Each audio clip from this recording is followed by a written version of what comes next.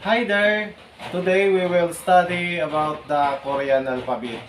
I learned this from TESDA, so let's start with the vowels. Again, these are the vowels, the Korean alphabet. Itong sa taas na to, in Korean, this is how it is written in Korean. Yan. Itong sa baba, this is how it is written in Romanized form. So, makita nyo to, that's mean in Romanized A. Korean, Romanized Ya, I, U,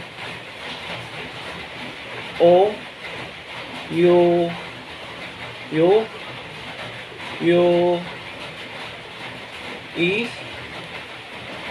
E. Ganyan lang guys. Mag-start muna tayo sa vowels. Let's practice writing guys. Example sa vowels ay tulad dito. Yan. Means baby. In Korean. Pag i-romanize ito, ang resulta ganito. Pag binasa ay another example, ganito. Yan, in Korean.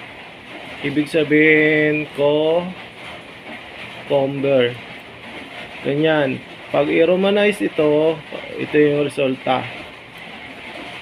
Oy. Pero wag kang mag-focus kayo guys dito sa romanize. Magiging slow learning. Dapat kayo dito talaga sa Korean yan alphabet.